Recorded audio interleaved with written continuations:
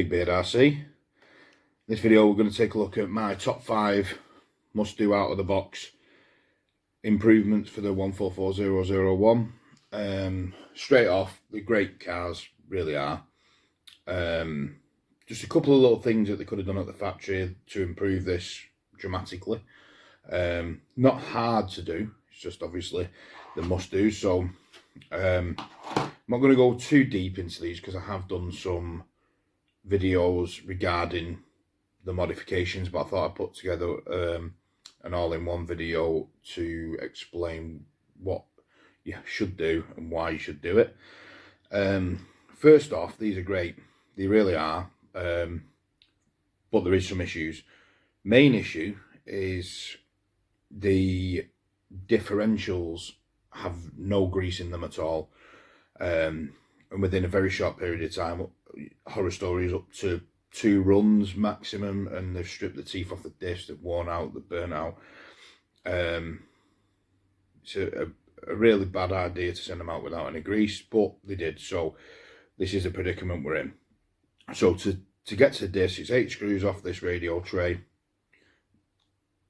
2 nuts and bolts off the suspension which drop off, and there's 6 screws on the diff. Same in the rear, but you have to remove the wing if you want it to be easier to get to. You can do it with the wing on, but it is easy to get to. And then you take the diff out, 4 screws on the diff, bit of greasing, back together, reassemble, and your diffs will last a lot longer. They're not sealed, so you will have to check them periodically to make sure that there is still grease in there and they're not going to implode. Not going to go into it because I have got a video on greasing the diffs. Next upgrade I'd do is I'd check every single screw in this. I've had the suspension arm retaining plate here, the 2 screws have come loose on that with the vibration, and these suspension arms here have come loose and it's popped off, so you might be able to see better under there. So this and here is there's a retaining plate there, and there's one on the rear here. The rear's vibrated loose, come loose, and all this has flown off, lost a dog bone, end of my playtime that day. And it can create more issues because as it comes off, it can barrel roll, it can smash other things, which is not great. So I'd suggest that you go around and make sure every single screw is tight. I've had screws where they've literally not even been one thread in. So that's number 2. Number 3 is toe in and toe out. This one's not too bad out the factory.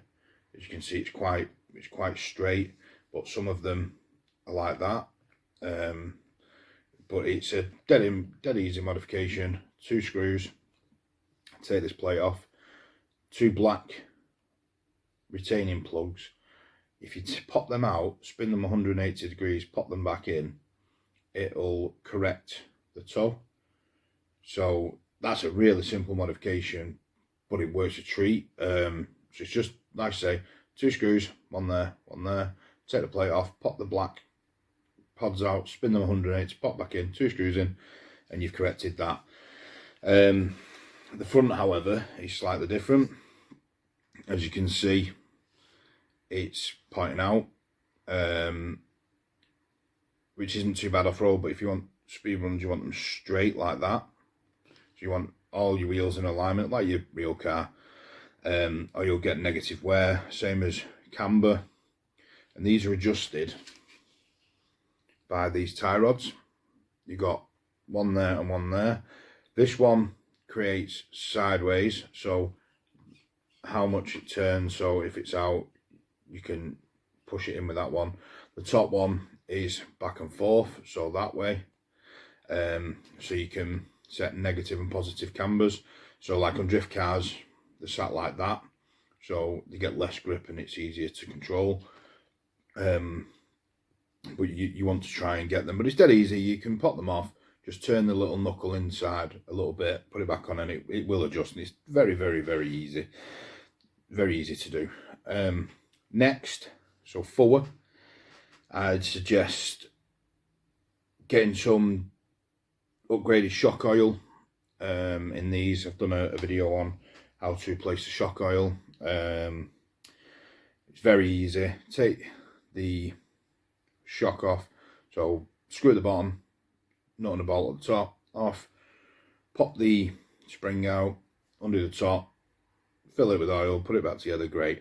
And also I'd suggest, if you're going to off-road bash, is possibly replacing these springs. There is a set of springs I use, L2040s they are, 110 scale springs, fantastic, and less than £3 delivered to your house.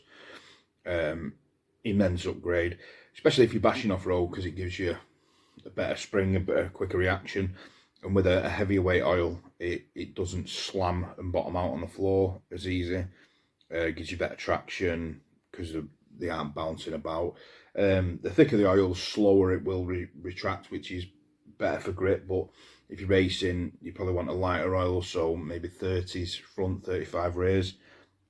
I've gone 50 all round, and that's perfect for me. I think it really is a good compromise of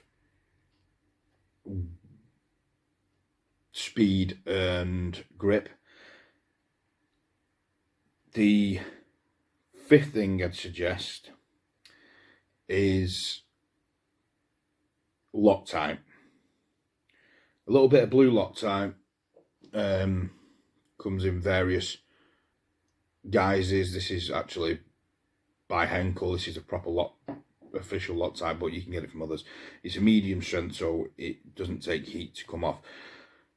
I'd potentially put that on your wheel nuts, because these wheel nuts, even though the locking wheel nuts are not fantastic, I've lost countless amounts, probably 5 or 6, maybe more, and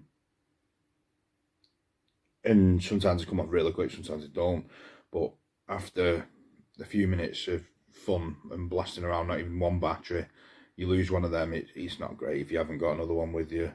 If you're lucky to find it and you have a tool to put it back on, then that's great. But if you don't and you don't have any with you, then that's your bashing session completely over. It's a bit rubbish, really. You can upgrade the nuts, but for the price of a little bit of Loctite and an hour to dry, it's, you know, if you're not going to remove the wheels constantly, it's a great addition. And you can also put it on any metal retaining nut, so you can put it on the shock towers, and you can put it also on the bottoms, because I found some of these screws work themselves loose, and it's not the greatest of things.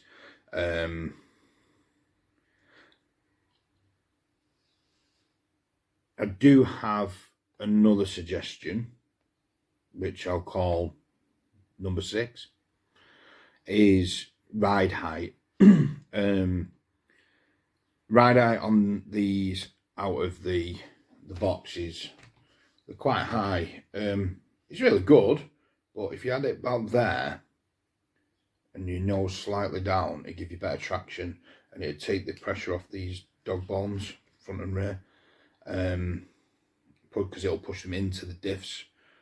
It's hard to see, but if you look where they go into the diff housing, there we go, you can see the gap there. So there, they're hanging out. If you lift it up, you'll see how it goes in.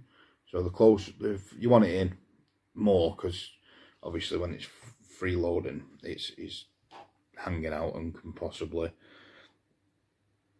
cause damage to the diff cups.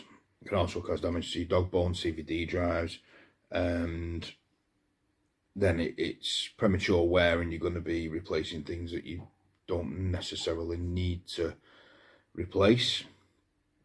So yeah, so I hope you like this video. If you like what you see, like and subscribe. Check out my other videos. There is a lot of upgrade videos on the 144001, and also there's a lot of videos on there and coming up on my A979 as well. So I hope you're all well, take care, and I will see you on another video.